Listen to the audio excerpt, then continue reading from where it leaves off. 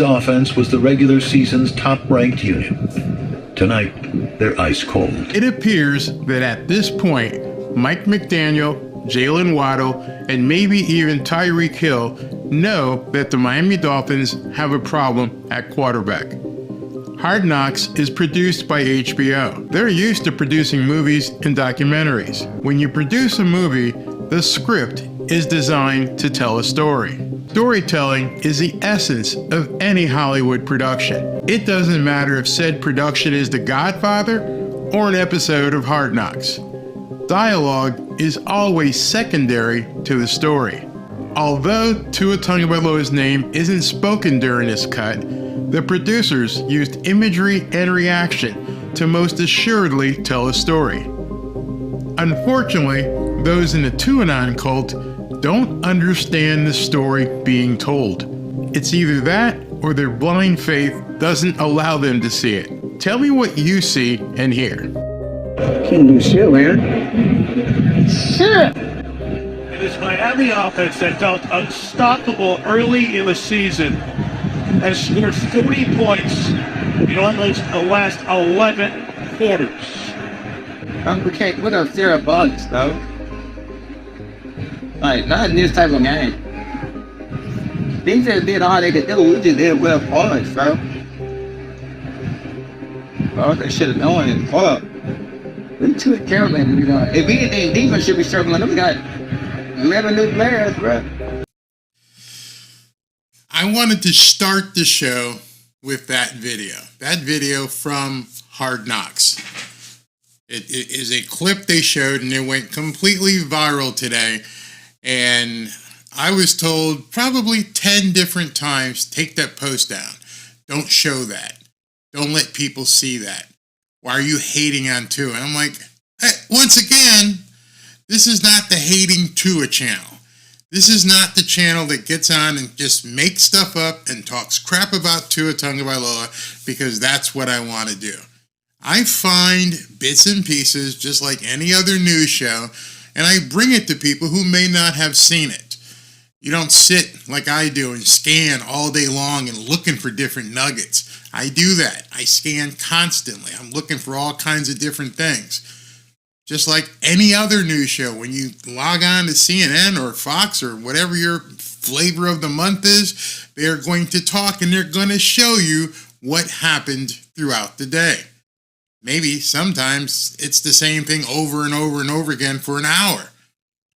Or every couple hours, they talk about the same story over and over and over. All I am doing is showing you what's out there.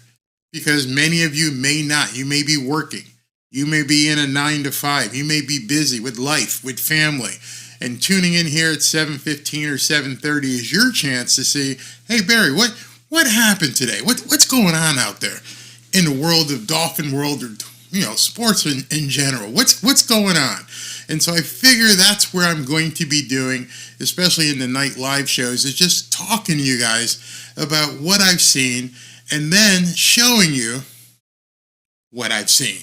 And you guys can make up your own mind. You know how I feel.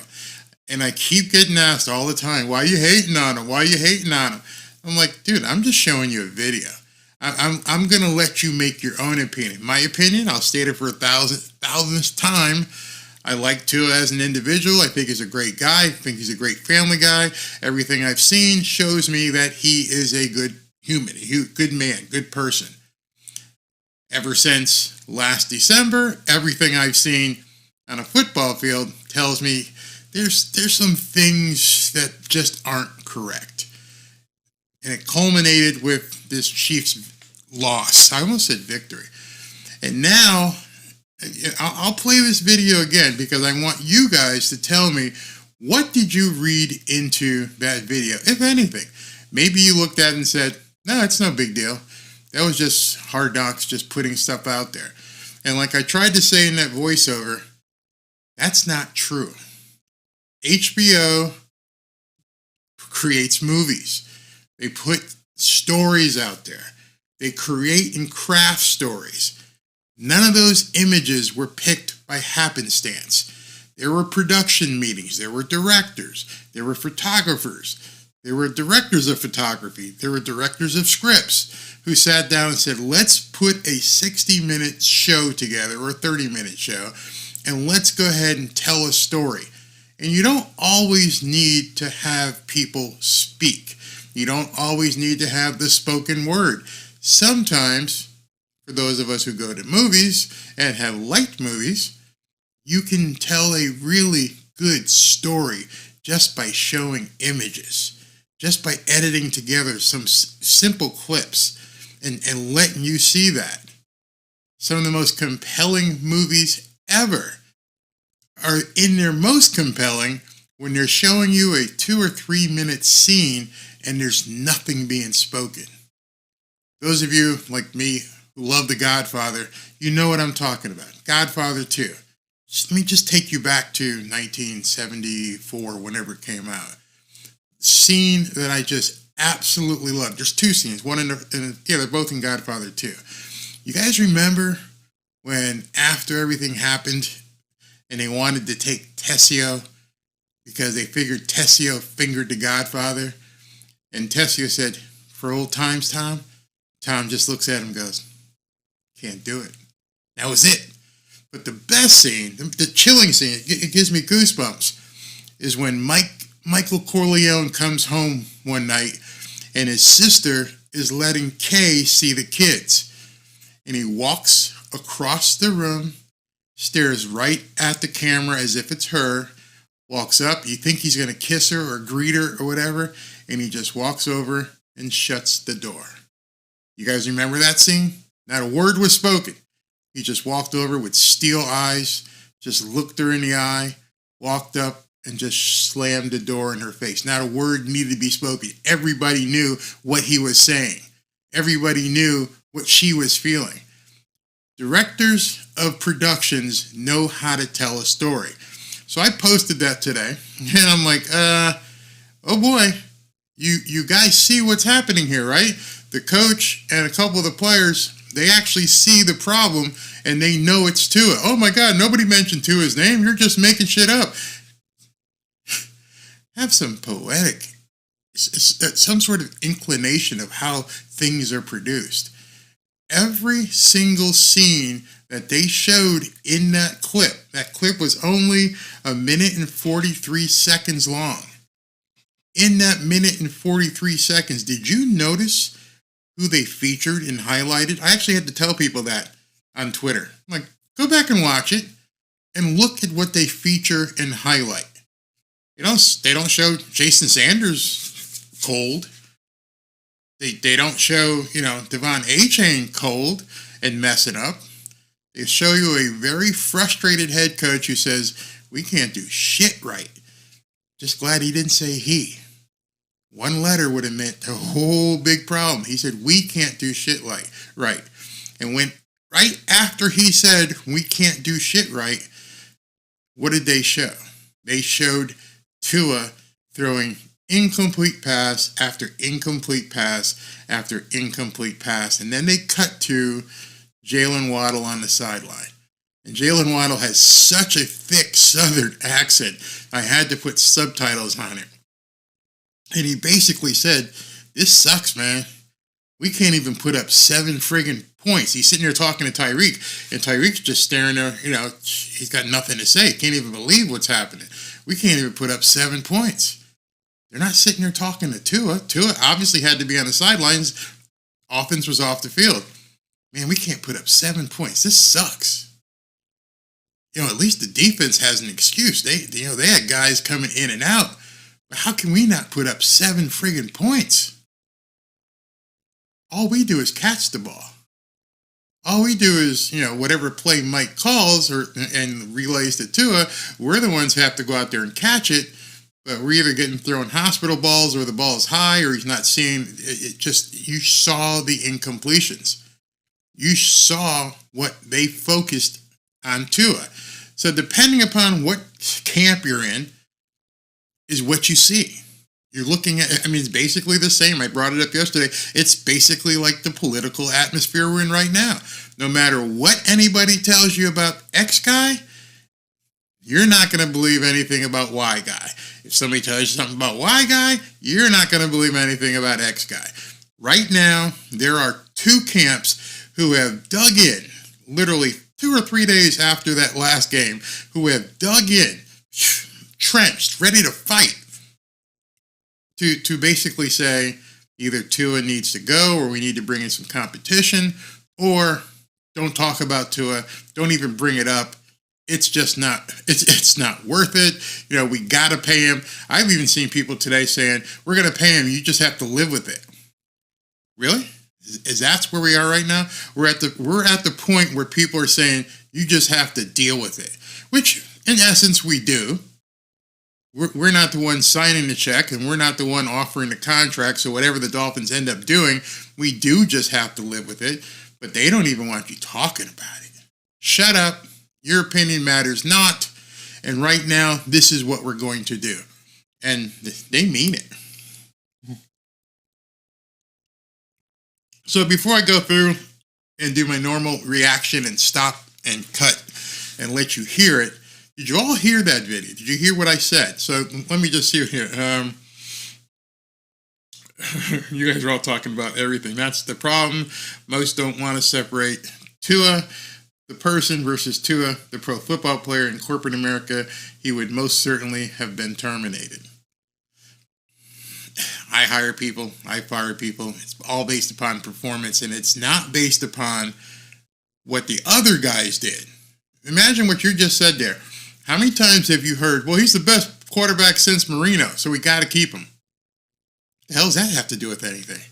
He's the best quarterback since Marino, so you're obligated to pay him $45 million because, you know, in the last 20 years we haven't had anybody. So now that we have this guy, we have to pay him.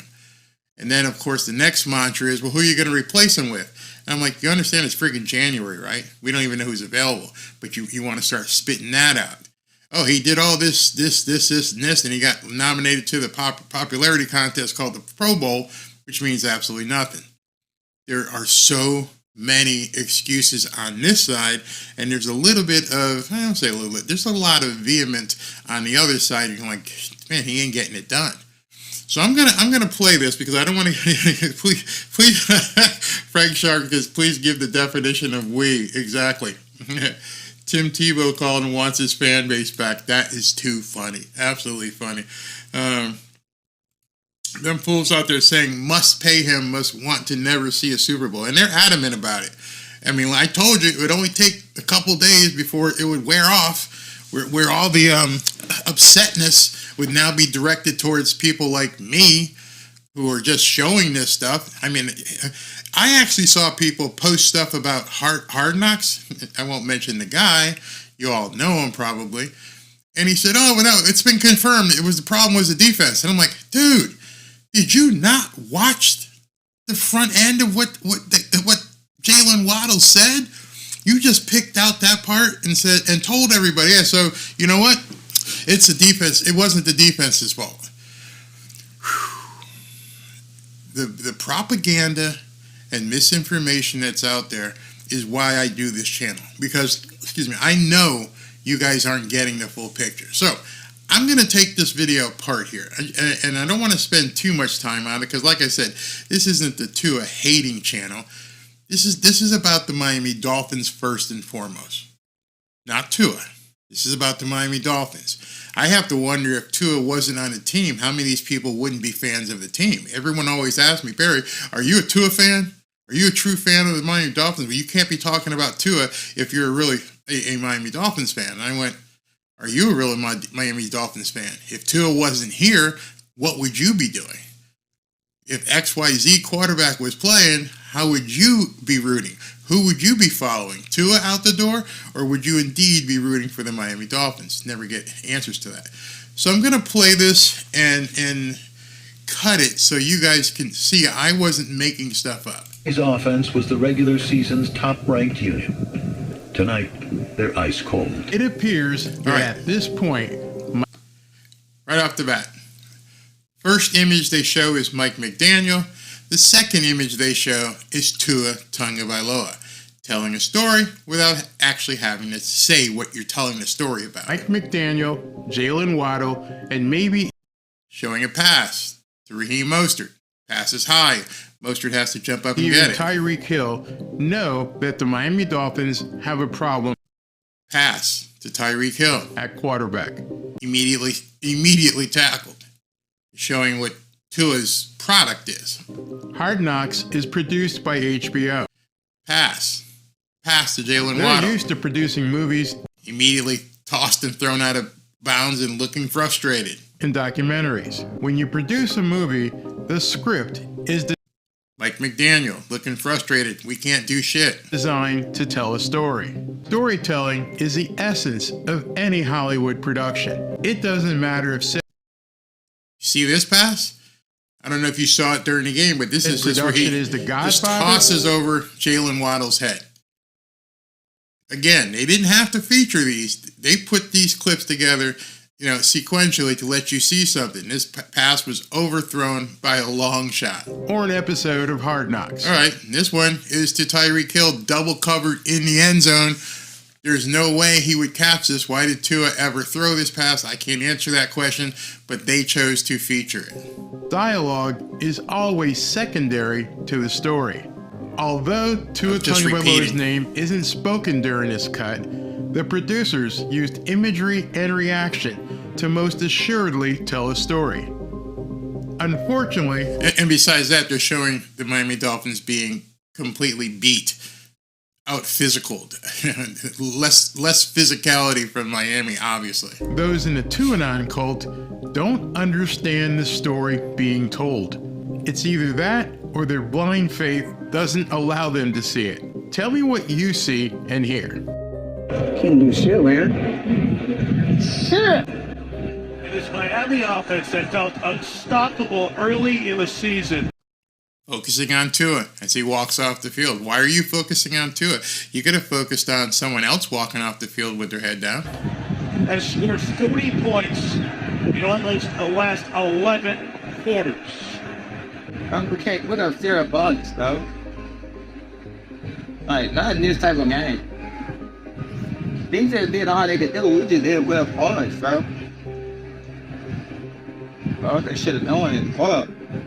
We too terrible. If anything, defense should be struggling. Them got 11 new players, bro. We're too talented for this to be happening. We as a team, how is this happening? Who is he questioning? Is he questioning the coach? Is he questioning the quarterback? Is he questioning the two of them together? I don't know. I'm just telling you what he said. You saw what he said and who he was sitting with. And they were commiserating, going, hey man, this sucks. What the hell is going on? We are too talented to be getting our ass whipped this bad. We are too much of stars in this league.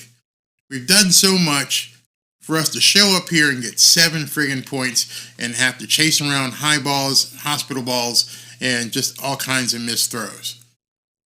Again, I didn't say it. I'm showing it to you. So I just want you guys to see what's going on out there and how people are talking about things, and I just don't get it. I don't get it. I don't know how we all sat and watched this game Sunday and have come quickly to a fork in the road, whether it's basically like you're with us or you're against us, and that's it. That's all it is at this point. People have already shifted. A lot of people said he didn't make it. It didn't work out for us. And on the other side, they're telling you basically, go F yourself. Deal with it. This is what it's going to be. You're crazy if you think they're not going to bring back Tua. No, I know they're going to bring back Tua. I know they're going to bring back Tua because Chris Greer is definitely going to do it. And they're probably going to pay him $45 million for no reason. Barry, what do you mean no reason? Well, he's under contract. He's under contract at 23 or so, 23 million. You have his option already for next year, so there's no rush in going after Tua. Hey, just play your option year. Then, if he still doesn't perform next year and you still need to hold on to him, you can apply the franchise tag. Then if he still doesn't perform and you want to hang on to him, you can tag him again. So you essentially have 3 more years of quarterback, of Tua being the quarterback. You have 3 more years in your pocket. You don't have to spend a dime more than you're already paying him to get your full assessment if you're not sure yet. Did you know that? Did you know, and probably because a lot of people don't talk about it, that they have 3 years ahead where they could make Tua basically be the quarterback of this team unless he decides he wants to hold out, God forbid. You got next year his option year, you got his franchise tag, and then you get to franchise him again. 3 years, 3 seasons. He's got 3 seasons where he could prove himself before they even have to give him the money. What's the rush? Well, Barry, if they don't sign Tua, then it's going to hurt $10 million against the salary cap. And, whereas if you give him $45 million, you can apply bonuses and blah, blah, blah. And salary cap, that's your reasoning for wanting to sign Tua. Not that he earned it, not that he deserves it. Your reasoning for giving Tua $45 million is because of the salary cap? To me, that's insane. I don't understand. No, I'm not a GM of a national football team, in the NFL. But why would you, if you already have something locked in, you can probably find the salary cap manipulation elsewhere. Why would you simply go ahead and exercise or give him an extension, basically doubling his salary just because of the salary cap? When you've got it locked in, you've got savings, you got the money in the bank. Hey man, we got this guy for 3 more years. We'll know within 3 years if he's going to be anything. We're going to know next year. Why would you give him $45 million and potentially go on a hook for $100 million when you got him for 23? He's not going anywhere. He's under contract. People are like, oh, he'll just walk. No, he's not. He can't walk. You guys understand that? He is going nowhere. If Chris Grier wanted to play hardball with Tua and say, get your butt into camp or not, it's up to you. If you're going to sit out, let me know. But we're just basically going to, let you play your option to see what we got. Why would you extend him to $45 or $50 million? Because the fans want it? You're doing a lot of shit the fans don't want. You're going to extend him to $45 to $50 million with 100 plus guaranteed because you'll save a little bit on the salary cap when you've got other players walking out the door? Just doesn't make any sense, man. Doesn't make any sense. Hey, George, what's going on? George says if we keep Ross, we're doomed. What he going to be? You know what? He is no. When Tua scrambles, he looks like one of those lizards that's run across the water. That's too funny.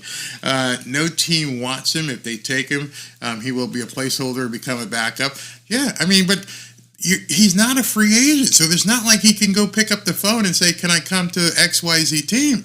You're still under contract. I own you. There's nothing you can do.